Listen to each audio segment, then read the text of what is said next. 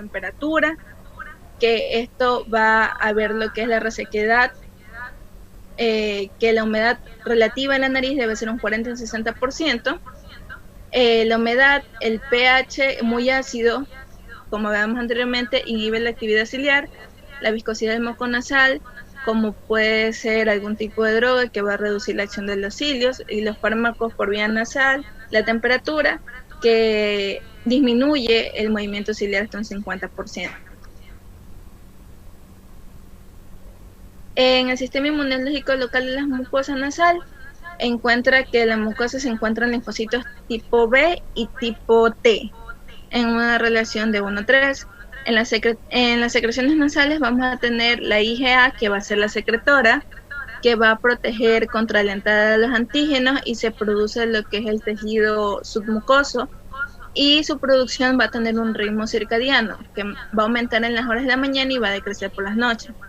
En cambio, el péptido antimicrobiano de las defensinas beta van a estimular la síntesis de la interleucina 8.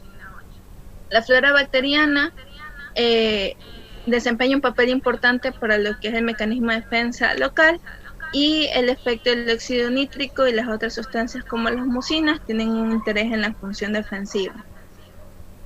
Las válvulas nasales, decía que son estructuras que regulan el flujo del aire, y la nariz humana usualmente tiene 3 áreas valvulares funcionales. El ostium internum, que está formado por la relación entre los cartílagos laterales, superiores y el tabique, la región anterior del corneto inferior y el tabique nasal, y el tejido eréctil del tabique nasal. Las deformidades mínimas que se pueden producir por una obstrucción nasal, también nos va a ayudar mucho lo que es la maniobra de Cottle, en la cual la mejilla se tira hacia afuera de la línea media con el dedo índice, y esto nos va a ayudar a mejorar el problema ventilatorio. En la resistencia nasal, las vías respiratorias superiores causan el 50-70% al paso del aire, y vamos a tener un flujo de aire laminar y el turbulento, que se produce especialmente en la región de la cola de los cornetos. Si hay una elevada resistencia nasal, pues se va a generar una alta presión negativa intratorácica inspiratoria, lo que va a ayudarnos a la entrada del aire y la ventilación de todos los campos y los alvéolos. En las funciones accesorias de la nariz, vamos a tener que va a ser la estética y la defonación. En la defonación, los senos paranasales, como la nariz, van a actuar como cavidades de resonancia durante lo que es la fonación. Y además de la función accesoria, los senos paranasales tienen las siguientes funciones: el filtrar el aire, la fuente de secreción, y que pueden actuar como reguladores de presión durante la respiración. 2 de estos son los factores elementales de la fisiología y la fisiopatología sinusal: la mucosa respiratoria, que lo tapiza con su función mucociliar, y el ostium de los drenajes. Los senos paranasales son cavidades estériles gracias al funcionamiento y el sistema mucociliar. El ciclo nasal consiste en la congestión y decongestión de lo que para la regulación de los plexos cavernosos, lo cual permite que una fosa nasal se encuentre más permeable que la contralateral. Se dice que esta está influida por cambios en el tono simpático de la mucosa, y se observa en el 75-80% de la población adulta y un 25-30% de los niños de 3 a 6 años, debido quizás a una inmadurez del sistema nervioso autónomo. El ciclo nasal tiene una duración de 3 a 6 horas y se interrumpe con el ejercicio, y en decúbito puede aumentar la amplitud del ciclo. El ciclo nasal se altera por la presencia de una afectación nasal, como rinitis alérgica, vasomotora, crecimientos adenoides, entre otros. Los reflejos nasales va a hacer que la inervación de la mucosa nasal va a provenir del quinto par, que va a ser el trigémino, y su estimulación se produce al estornudo y a otros reflejos cardiorrespiratorios. El estímulo nasal... Estefanía, un ratito. Saca la exposición, por favor. Ya, ok. Vuelvo a hacer la pregunta. ¿Entendieron? A ver esas caras de Evelyn, está perdida. Joyce, tampoco. Matthew, ¿qué pasó? Melanie. Y Tal López, a lo mejor. Maite, Melina, a Luis Ángel, Ann Misraín, Estefanía, ok. Bueno, ¿entendieron o no? Vamos, hablen, por favor.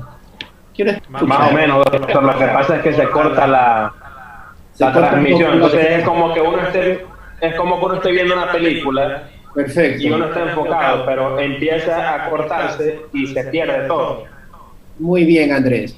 Entonces, cuando yo hablo sí estamos claros, ¿no? Sí, se escucha. Ok, cuando yo hablo sí estamos bien. Ok, perfecto. Entonces, eso es importante saberlo porque si no, pues, para eso estoy, ¿no? Y eso es lo más importante del tema. Entonces, miren, vamos a ver aquí, estamos ¿está Andrea o Estefanía está conectada? Andrea creo que tiene problemas con el audio, ¿no? ¿Verdad? Confírmame, Estefanía. Sí, estoy en nuevo igualmente, hace rato, regreso enseguida. Ok, Andrea, sí estás en el audio. Ok, Andrea. Entonces, miren. Sí.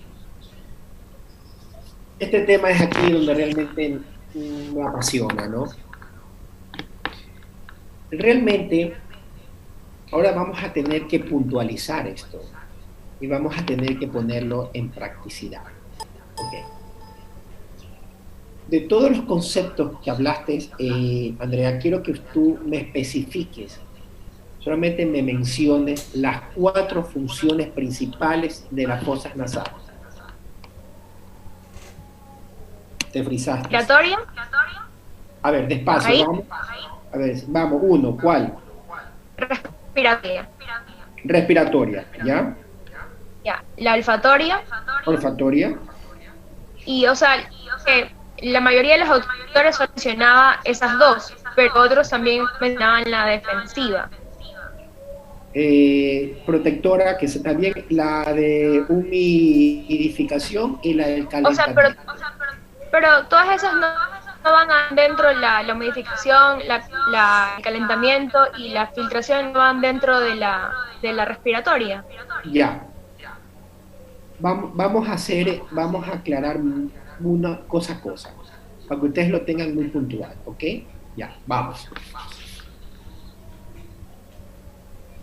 Las fosas nasales, la nariz, con todos sus elementos anatómicos totalmente nobles, que ya lo hemos visto, la nariz lo que hace es preparar el aire para que éste entre al área pulmonar.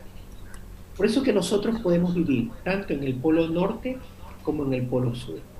¿Por qué? Porque la nariz tiene la capacidad de calentar o enfriar este aire, ¿verdad? El aire tiene que entrar en un estado de turbulencia dentro de la fosa nasal. Si está el aire frío, se calienta a través de los senos, de los vasos sanguíneos, ¿verdad? De la circulación nasal y del cornete nasal. El cornete nasal inferior, que es uno de los más importantes dados aquí por todos ellos, tiene una forma que tiene una cabeza, tiene un cuerpo y tiene una cola. Es en forma de S, o sea, tiene esta forma, ¿verdad? Entonces, tiene acciones simpáticas y parasimpáticas.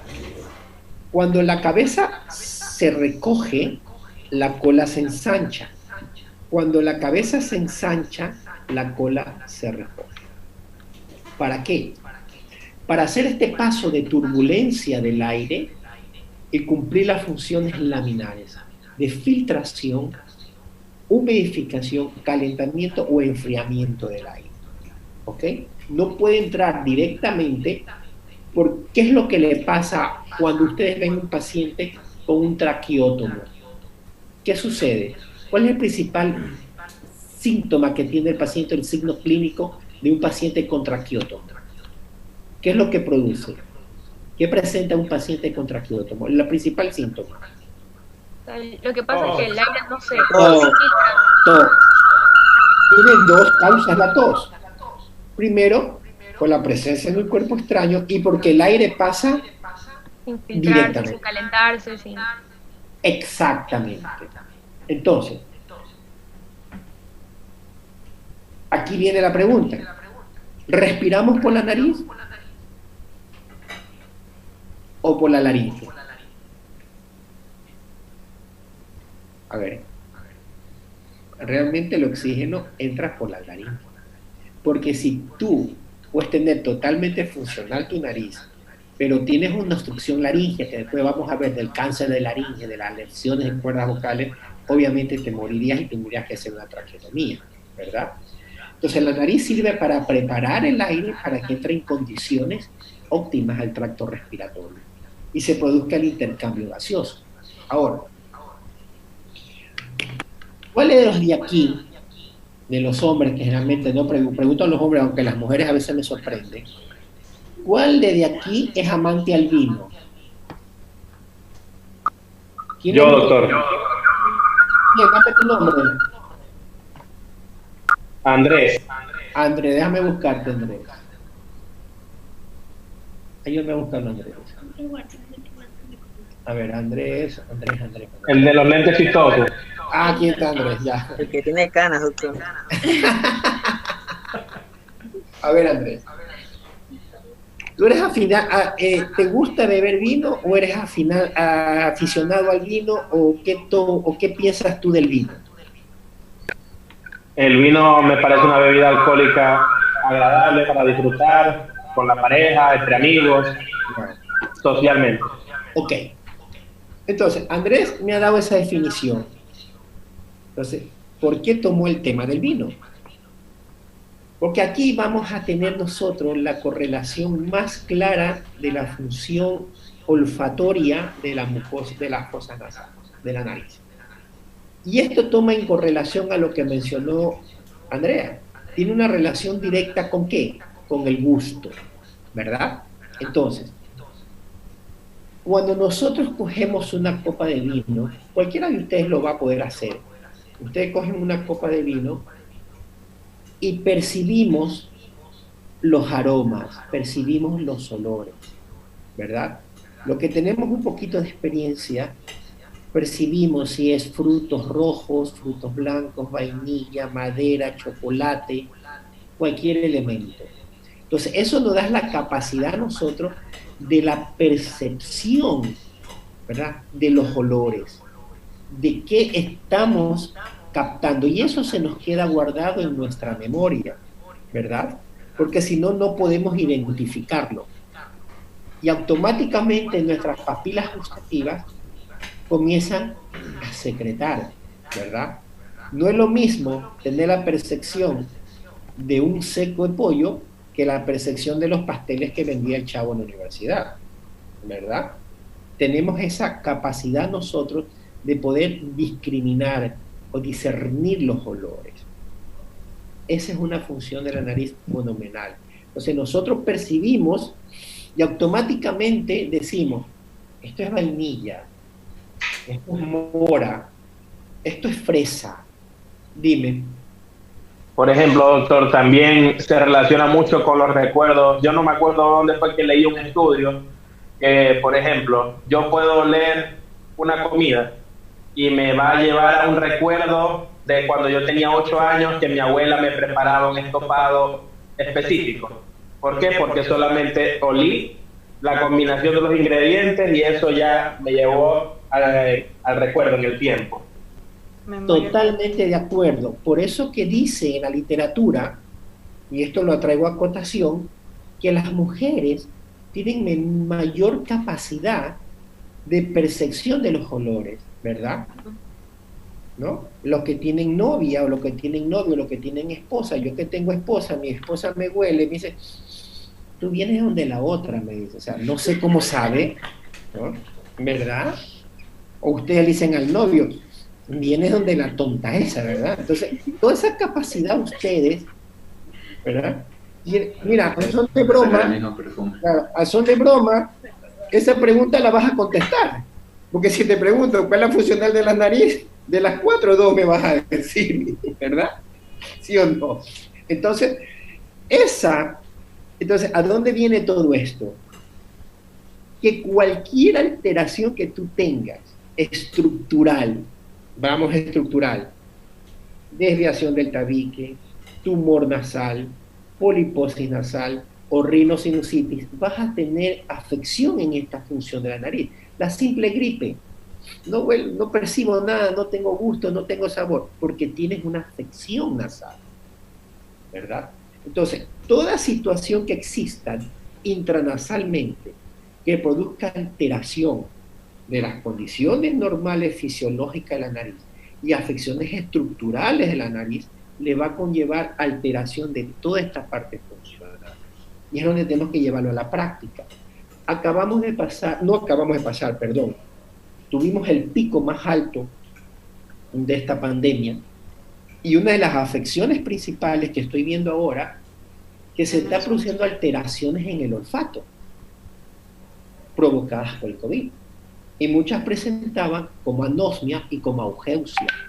Ahora hay alteraciones en los olores. Ya hablaremos de la cacosmia, de la parosmia, de la anosmia. Eso ya venimos más adelante en otro capítulo. ¿Ok? El ciclo nasal.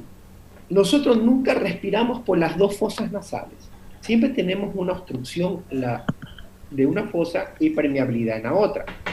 En este caso, yo tengo permeable la izquierda y tengo ligeramente obstruida la derecha. Como yo no tengo ninguna patología, no me es perceptible. Pero cuando tenemos una patología, se hace perceptible esta afección. El ciclo nasal puede durar, ¿qué tiempo, Andrea? De 3 a 6 horas. O puede durar menos. En los procesos gripales, acuérdese, todos hemos tenido gripe. Cuando nos acostamos del cúbito lateral derecho, nos acostamos del cúbito lateral izquierdo, automáticamente sentimos que se tapa o se destapa la nariz, ¿verdad? Es por esta razón de ser. Entonces ya lo vamos teniendo a la práctica, ¿verdad? Ya lo estamos llevando a las patologías respiratorias, ¿ok? Entonces, la secreción de moco. La secreción de moco sirve para humectar o modificar. Existen patologías que producen resequedad nasal. Ya ahorita vimos y aprendimos. En el caso de rinorrea unilateral mucopurulenta en un niño, es cuerpo extraño hasta que no se demuestre lo contrario, ¿verdad? ¿Por qué? Porque la presencia del cuerpo extraño hace la estimulación de la mucosa y la secreción de moco. Hablábamos de los cilios. Muy importante lo que mencionó Andrea en la exposición. El cilio tiene una función de movimiento oscilatorio y movimiento de barrido y de drenaje de los senos paranasales y de la mucosa nasal. Eso es importantísimo, ¿no? Porque en el proceso rinosinusal, cuando se hace obstrucción del seno paranasal, del ostium de drenaje, ¿qué es lo que pasa? Que no se produce este movimiento. En sinusitis lo vamos a ver más claro, ¿ah? Por si acaso.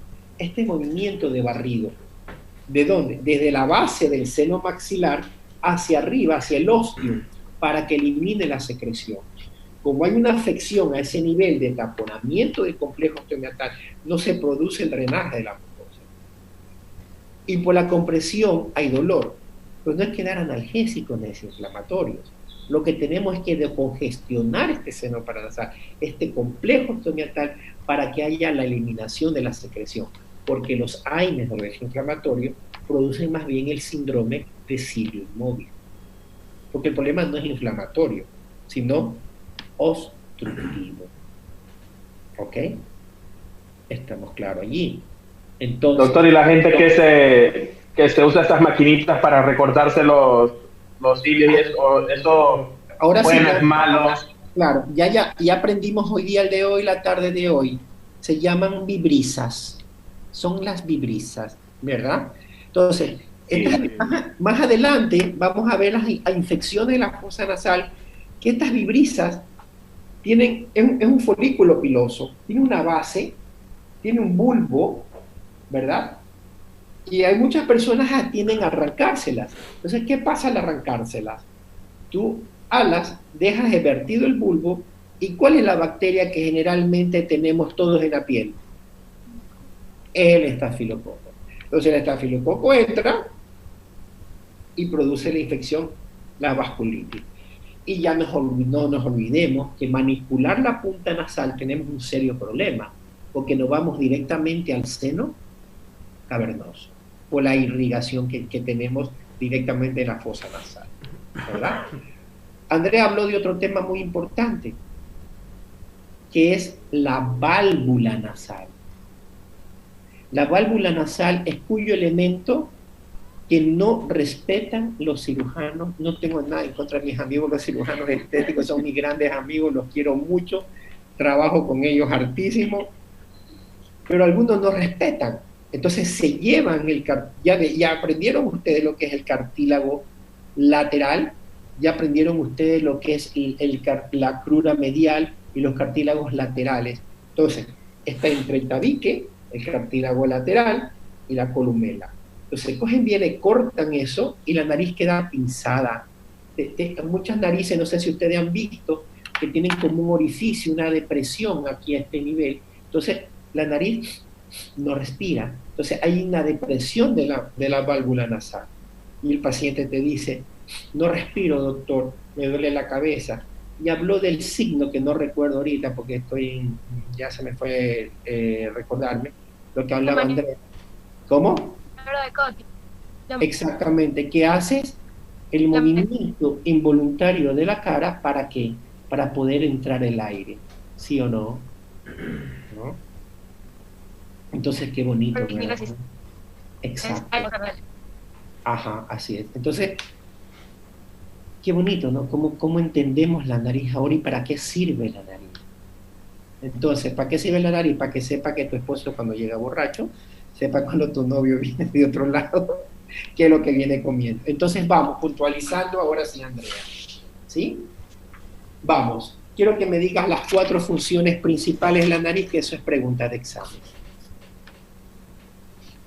Respiratoria, olfatoria, humidificación y calentamiento, ¿verdad? Perfectamente. O podemos también otra humidificación y calentamiento ponerlo en una misma y podemos tener la de protección también, que es la que nos sirve para proteger cualquier elemento tóxico o que entre a las vías respiratorias, ¿no? Cada una ya están totalmente explicadas y totalmente claras, que ya la hemos llevado a la práctica. ¿Ok? Perfecto. Entonces, vamos. ¿Quién sigue? Está bonita la clase. A ver, vamos. ¿Quién más? ¿No me escuchan? Andrea. Bueno, continuando con la exposición. Los reflejos nasales, la inervación de la mucosa nasal, bueno, ya había dicho esto, proviene del quinto par craneal del trigémino y su estimulación produce el estornudo y otros reflejos cardiorrespiratorios. En la vía vamos a tener el estímulo nasal, la llegada del sistema nervioso central a través del trigémino y la estimulación del simpático del vago con los subsecuentes efectos en los aparatos cardiovasculares y pulmonares, la reducción de la frecuencia respiratoria hasta la apnea, los trastornos de ritmo cardíaco, la bradicardia, que va a ser un reflejo nasocardíaco, y el aumento de las resistencias periféricas por vasoconstricción, ya sea una hipertensión o hipotensión. Hay que tener en cuenta que la obstrucción nasal es capaz de provocar una disminución ipsilateral de adaptabilidad pulmonar y las obstrucciones nasofaríngeas son causas potenciales de hipertensión pulmonar cardiomegálica. Ya, los cambios nasales en relación a la vejez se considera que alrededor del 20% de las personas mayores de 50 años tienen un déficit olfativo significativo, ya que la nariz sufre cambios propios del envejecimiento, en los cuales se afecta la función mucociliar, ya hay cambios propios del moco nasal, en el cual van a predisponer costras, la nariz crece en longitud y sufre lo que es caída de la punta, también hay pérdida de la tensión natural de la piel, existen cambios en la forma y las estructuras del cartílago del lóbulo nasal y se incrementa la resistencia nasal con la edad y pues la capacidad olfatoria se comienza a atenuar a partir de lo que son los 60 años. Ya, continuando con la semiología, cabe recalcar que la nariz se debe realizar una exploración física de la nariz se debe realizar tanto de manera externa como interna, abarcando detalles tanto como la pirámide nasal, las fosas nasales, y se deben evaluar todos los aspectos, ya que se puede producir alteraciones. Empezando con la semiología, vamos a tener lo que es la anapnesis, que es el estado patológico rinosinusal, en el cual ya nos va a ofrecer una clínica y sintomatología, lo cual nos va a adquirir una significación sindrómica. Por ello, antes de la exploración se deben hacer preguntas puntuales como motivo de consulta, si ha tenido traumas, uso de drogas, infecciones, alteraciones metabólicas, lugar de procedencia, el lugar donde trabaja, si ha tenido secreción de moco, si ha sufrido epístasis o si ha tenido modificaciones en el olfato, algias facial, cefalea y sobre todo antecedentes familiares. Antes de entrar lo que es vamos a dar unos pequeños, ¿cómo decirlo?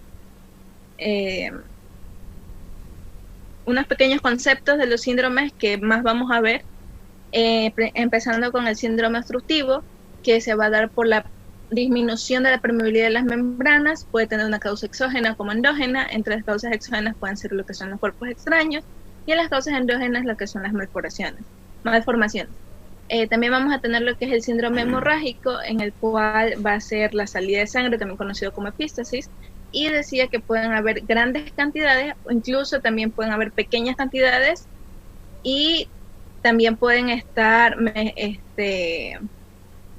combinadas con algún tipo de secreción.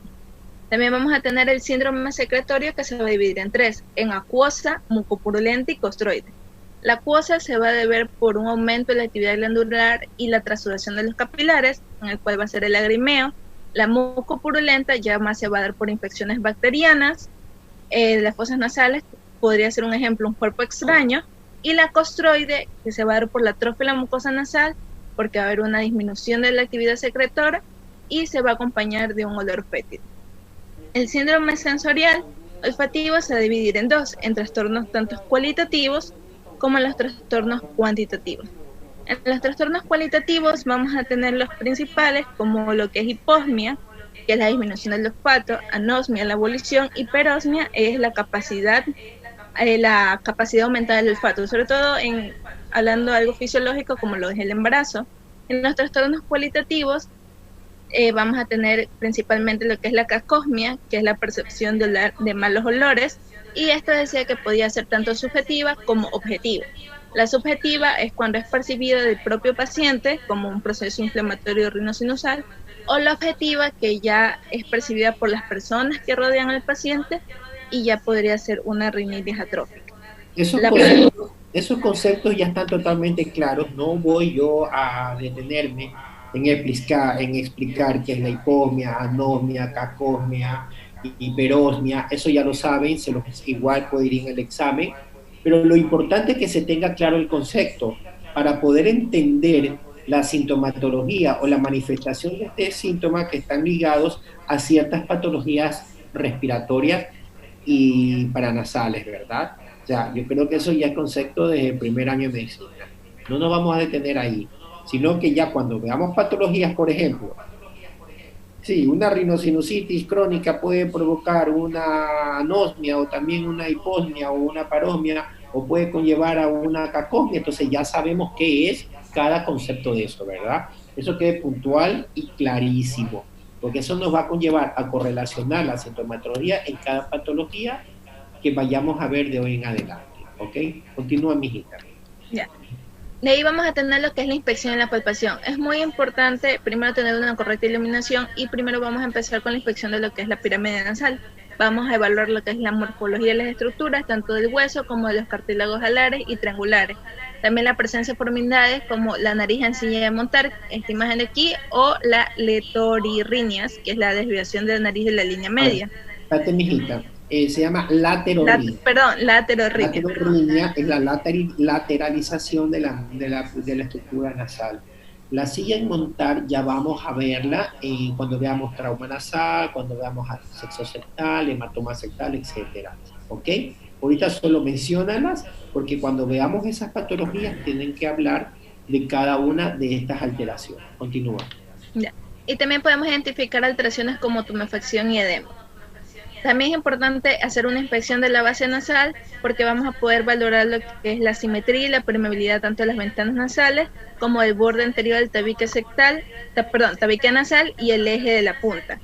También podemos observar si es que el paciente posee un colapso alar, y también es importante la palpación del esqueleto osteocartilaginoso para ver si encontramos algún tipo de fracturas.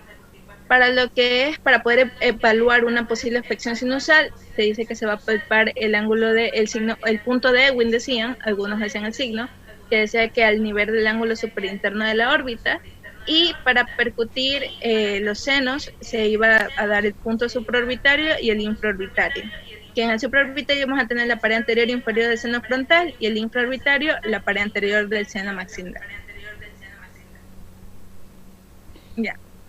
Ya entrando en los exámenes vamos a tener lo que es la rinoscopía. Espérate un ratito. Bájame por favor la diapo, que esto es importantísimo. ¿Ya? Vamos, sí, bájame, quiero que quites la exposición. Ya, listo, perdón. Ah, ok. A ver, ahí sí me ven, ¿no? ¿Sí? El dolor es uno de los principales síntomas de las patologías sinusales. Ustedes no quiero que piensen que siempre van a estar en una gran ciudad ejerciendo la profesión. Cuando recién salimos nos vamos pues a las áreas rurales, ¿verdad? A las áreas donde no tenemos estudio, a pesar que actualmente ya tenemos radiografías, tenemos tomografías, etcétera, ¿no? Pero bueno, ¿qué tal pues si yo en este momento yo le digo a mi amigo Jaime, ¿verdad? Que está acá, ahorita lo estoy viendo aquí a Jaime. Le digo, Jaime, pues en este momento nos vamos a Chunchi. Habilita tu micrófono, Jaime, por favor. ¿Ok? ¿Sí? ¿Sí me escuchas? ¿Ah? Jaime, ¿me escuchas? Jaime, ¿me escuchas? ¿No tienes audio? ¿Ah? ¿No estás conectado? No te escucho, Jaime. Bueno, no te escucho, Jaime, pero bueno. Qué pena. A ver, vamos a ver a María José. Hola, María José, ¿cómo estás? Buenas tardes. ¿Sí me escuchas? Sí, doctor. Ok, perfecto. Ok. Entonces, María José, mira, nos vamos ahorita a Chunchi, ¿no? Nos vamos a hacer... nos han llevado a una brigada médica y llega un paciente, ¿no? Donde te dice que tiene dificultad respiratoria, que siente que la nariz se le destapa y un lado se le destapa. Entonces, tú desde ese punto de vista ya dices, oh, ya tengo una alteración funcional en la nariz, ¿verdad?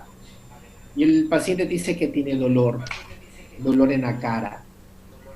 Entonces el paciente te dice, tú le dices, pues, señor, dígame a dónde le duele. Entonces yo vengo y te digo, verá, doctora, es que tengo un dolor que me duele, pero aquí, ¿verdad? Entonces, ¿tú qué más le preguntarías a ese paciente? Ahorita que acabamos de hablar de nariz, fosas nasales, ¿qué le preguntarías tú a ese paciente? El horario en el que le duele. ¿Desde cuándo tiene el síntoma de dolor, verdad? Bueno, esto lo vamos a adelantar, pero lo quiero hacer porque quiero ver lo que vimos hace un momento en exposición ya bastante práctico.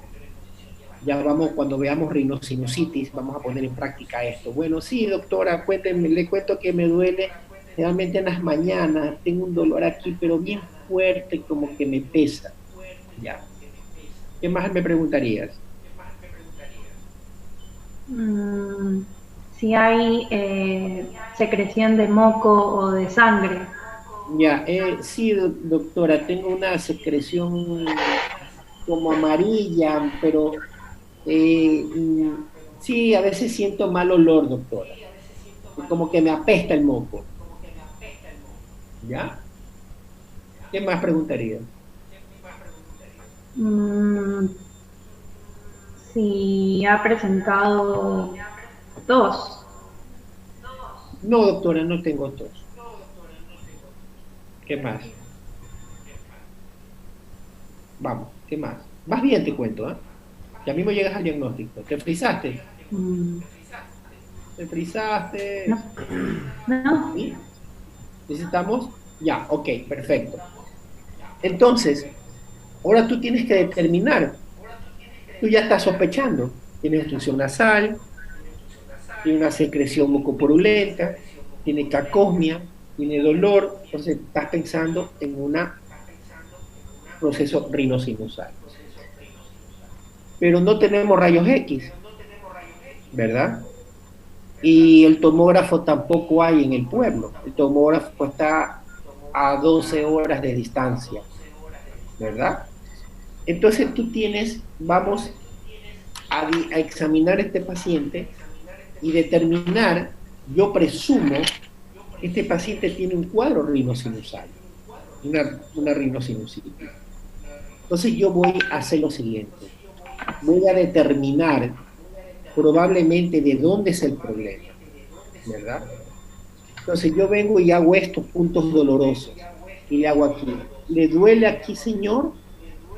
Cuando usted baja la cabeza siente como un peso, sí, doctor. Pero si estoy tocando acá, estoy pensando en qué seno estoy afectado. El seno Frontal. Estoy pensando en el seno frontal.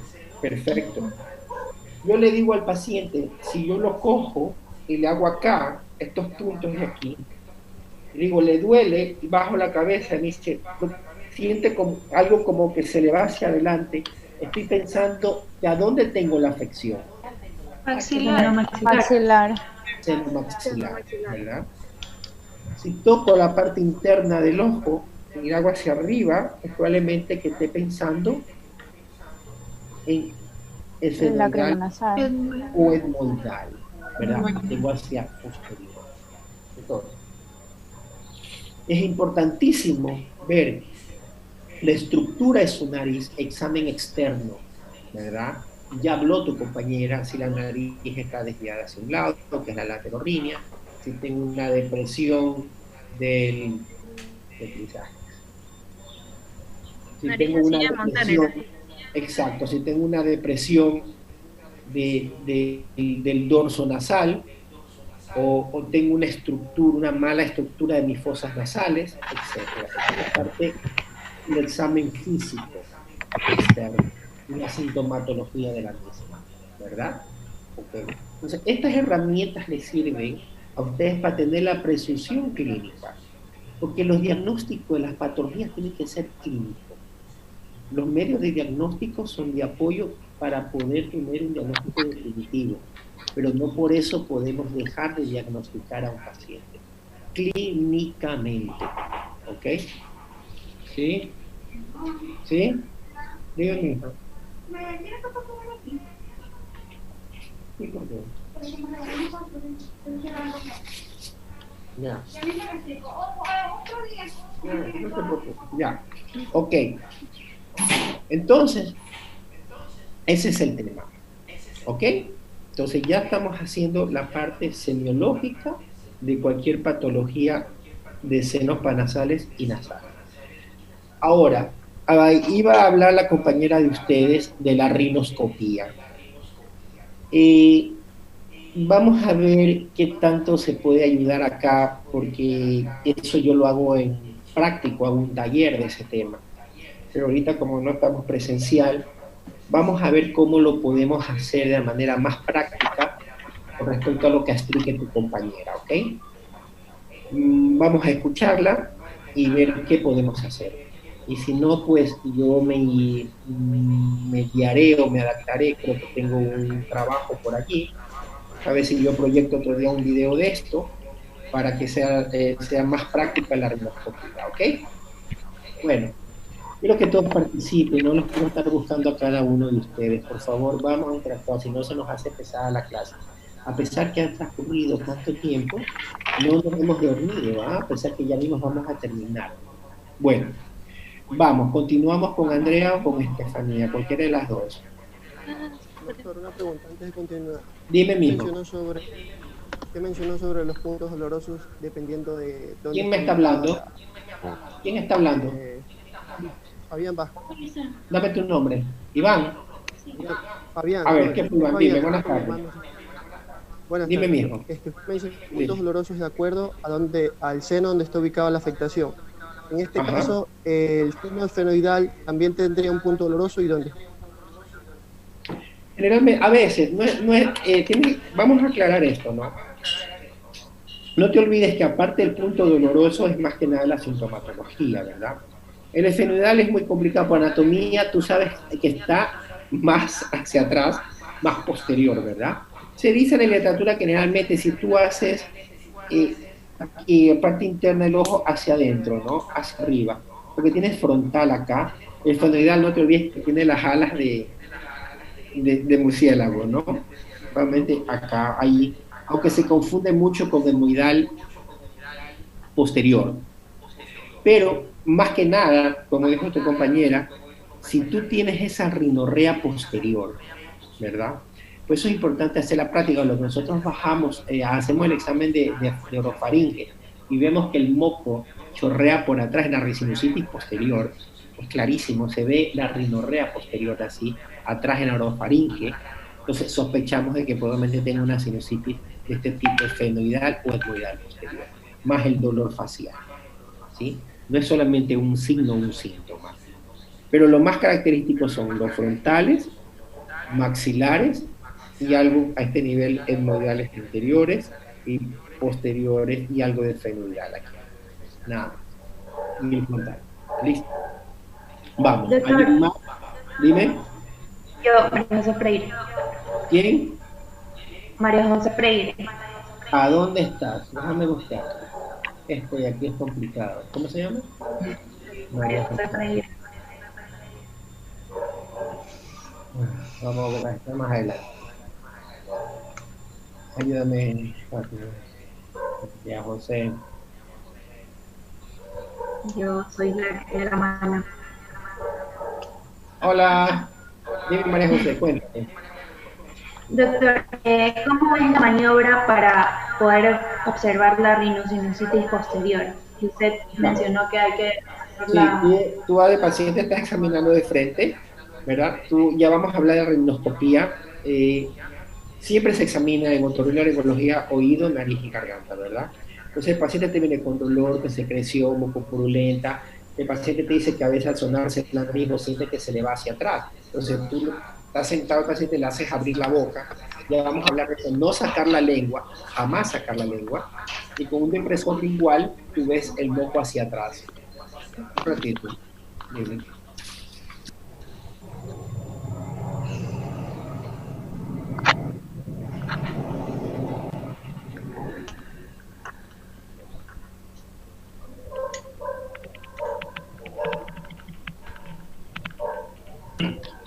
Tú coges el depresor lingual, ¿verdad? Coges el bajalengua, abres toda la boca, deprimes la lengua y ves hacia atrás en la faringe, ves que baja la secreción mucopurulenta. Eso te da a sospechar que tú tienes una rinosinusitis posterior, ¿ya? Porque la anterior tienes rinorrea anterior. Y listo, ya está. Y con la sintomatología, tú presumes clínicamente que tienes eso.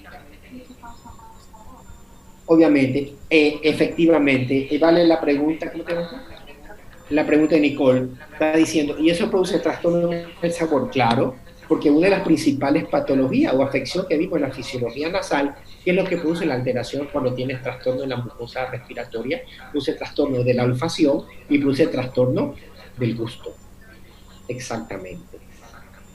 ¿Ok? Ya está. Qué bien, ya se están metiendo en la nota. Bueno, ¿alguien más algo que quiera preguntar? Sí, sí, están motivados a pensar que es en línea, pues presencialmente esto es otra cosa. Por eso que han hablado de mí. Vamos, ¿quién más quiere hablar? ¿Nadie más? Continuamos, Andrea, por favor. La próxima semana o la próxima clase quiero ver a Evelyn, a Matthew, a Joyce, a Melanie, que todos vayamos interviniendo, ¿sí? Ok, vamos, sigamos. Estefanía. Bueno, empezando con la colonoscopía, bueno, la anterior, ya había dicho que vamos a tener la anterior y la posterior. La anterior más se refiere a, o sea, decían que era una de las más fáciles de realizarse y vamos a necesitar una luz frontal adecuada. También vamos a utilizar lo que es la pinza bayoneta y lo que es el espéculo nasal tipo Killian. Primero se va a introducir el espéculo cerrado siguiendo el eje mayor nasal, se pone la cabeza en posición recta, el espéculo se dirige en ángulo recto y de ahí se va a ir abriendo de a poco para ir dilatando las alas nasales sin rozar el tabique. Aquí observamos el suelo nasal, el cornete, el meato inferior y la parte anterior del tabique nasal. Y si se inclina la cabeza a 45 grados es posible explorar incluso lo que es el cornete medio, la parte superior del tabique y el meato medio. Decía que es muy importante evaluar este tipo de exámenes con anestésico y sin anestésico, debido a que ahí sin anestésico vamos a poder identificar hipertrofia de mucosa nasal y después con anestésico para que el paciente no tenga ningún tipo de problema. Vamos a tener la rinoscopía posterior, en el cual sirve para explorar lo que es la región posterior de las fosas nasales, como lo que es coanas, colas de los cornetes, borde posterior del tabique, la rinofaringe y los rodetes tubáricos. Primero vamos a anestesiar la cavidad orofaringea para disminuir lo que es el reflejo nauseoso. Mantenemos la lengua deprimida con un depresor lingual mientras introducimos el espejum de cavum hasta rebasar el velo del paladar.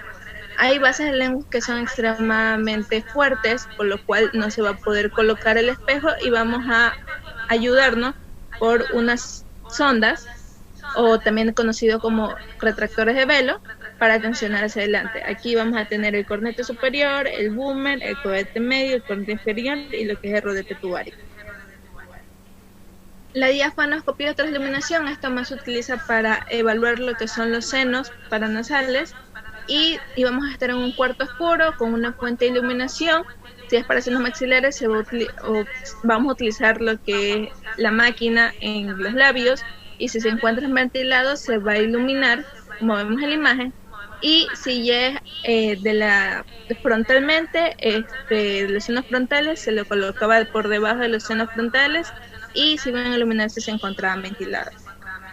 En la exploración endoscópica nos va a permitir evaluar mucho mayor las estructuras de la cavidad nasal, en el cual el paciente se le puede colocar de dos formas, ya sea sentado con la cabeza apoyada o de cúbito supino flexionado de un 25 a un 30% en el cuerpo. Usualmente utilizamos un tipo de anestésico.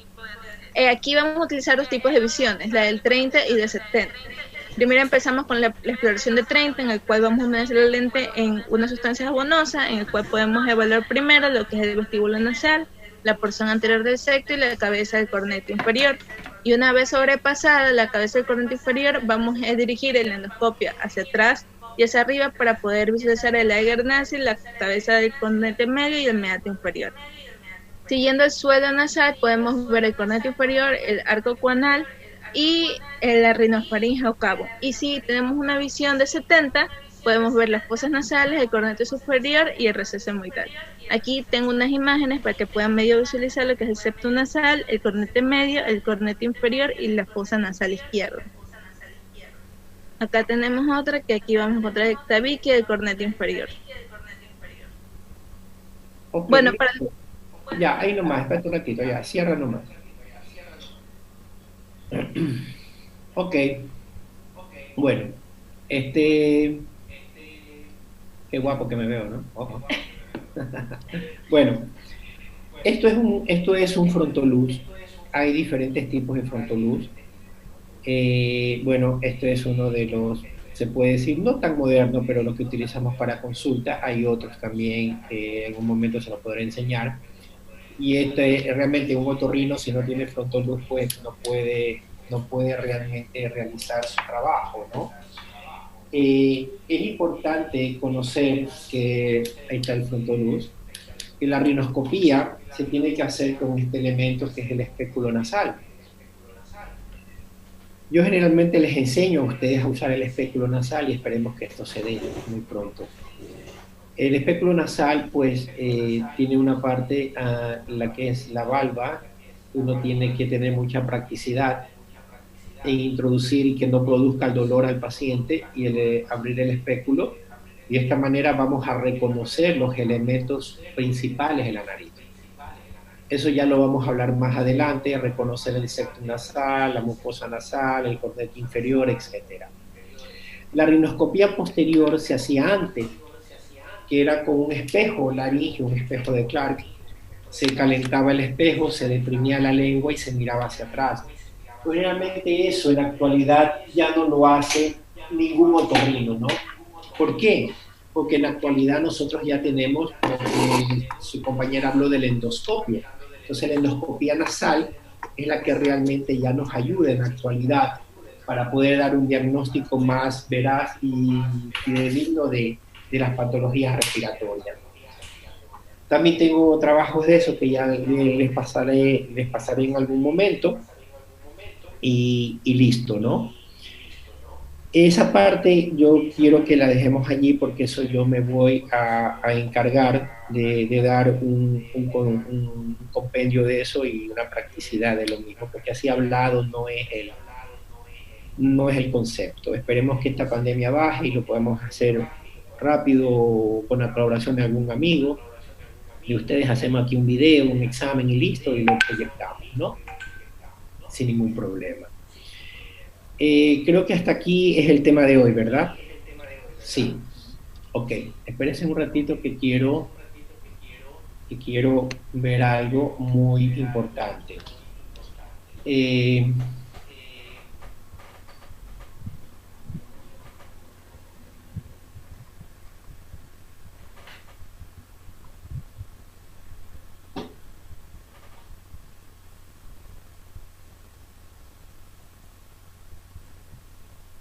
Espérense, no se vayan. Ok.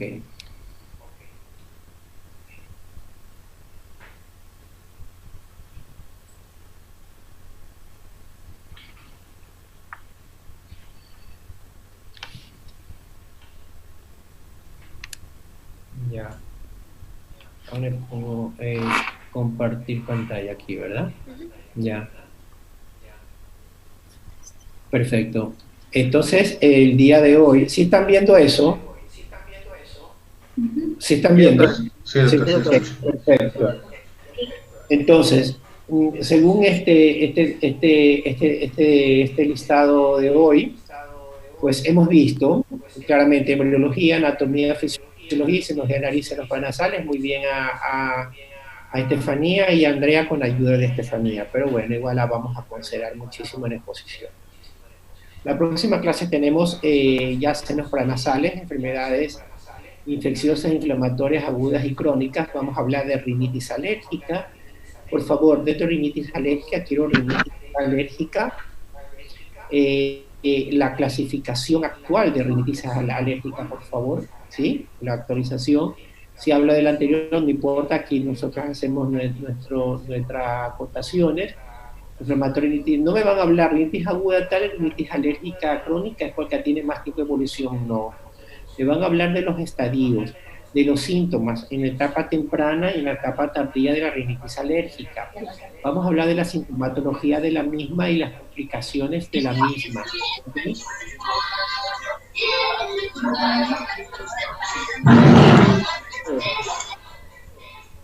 ¿Quién habló? ¿Quién hizo eso? No, creo que alguien se metió, fue al link del Zoom. Ok, parece que ya quieren entrar a la otra clase, ¿no? Pero bueno, no hay problema. Estamos claros, ¿verdad? Entonces, tenemos eso. Y avancemos algo. Entonces tenemos rinitis alérgica, tenemos poliposis nasal. Por favor, poliposis nasal es un poquito largo, un poquito tedioso. Y también hablamos de rinoescleroma, rinoesporidiosis, enfermedades de este tipo. Y lo que puedan, si puedan ir adelantando algo del otro tema, también sería importante para irlo viendo. ¿Ok? Listo. Ok, entonces, estamos claros hasta aquí, ¿verdad? Ya nos hemos metido un poquito más en tema. Y bueno, no me queda más que agradecerle por la asistencia de ustedes. Dígame. Doctor, disculpe que me interrumpa, lo que pasa es que hoy es el cumpleaños de la señorita Andrea Arce, entonces quería saber si le podemos cantar feliz cumpleaños. Oye, Andrea, ¿dónde está Andrea? ¿Dónde está Andrea? Pero Andrea tiene un problema, que no sé si que escuche, pues Andrea, porque Andrea tiene un problema con su comunicador. ¿Dónde está? No, sí lo escucho, doctor. El problema es que a veces se me va el internet y por eso me toca salirme. Porque se me va el internet y me entro por el celular y luego entro por la computadora. ¿Dónde estás, Andrea? Bueno, se perdió, pues Andrea, no la veo. Andrea es un dato. Por favor, dígale a sus compañeros que no se me salgan de la charla. Veo otras que están solamente el nombre y eso sí no me agrada. Yo estoy revisando esto y sería muy penoso. Y después andan diciendo, doctor, ¿por qué no quedamos? No, o sea, vamos, o sea, todo esto se califica. ¿Dónde está Andrea? Andrea, a ver, Andrea. Aprovechemos, Andrea, si se corta la señal, pues quedan pocos minutos. Agradecerte por tu brillante exposición y porque te he escuchado tu voz toda la tarde, pero bueno, igual será tomada en cuenta. ¿Y quién es el compañero que dijo que era el cumpleaños de Andrea? ¿Quién era? Soy yo. Ahí está. Ahí es la amiga o es la pelada. Es la pelada, es tu pelada. No. Entonces, si todos le podemos cantar, por favor, feliz cumpleaños, Andrés. Pusiste ahí una foto de dónde. Está haciendo mérito. Sí, eso no es meter carpeta y no sé. Déjame ver ese fondo que no lo veo, pues a ver, pongámoslo. 2 puntos. Está haciendo mérito ya. Ay, Dios mío. No, ahí hay algo, si no hay algo que quiere algo, Andrea, sinceramente, disculpen. No, Andrea, no. No, somos amigos. Pero como dice todo el mundo, por inbox. Así se empieza. A ver, bueno, cántenle el cumpleaños. De aquí no puedo gritar mucho porque estoy en la clínica, pero cántenle ustedes, vamos, cántenle. Felicidades de mi parte, vamos. Ya por Mati. Al cumpleaños. Feliz. Te amamos a ti. Cumpleaños, Andrea. Cumpleaños feliz. Muy bien.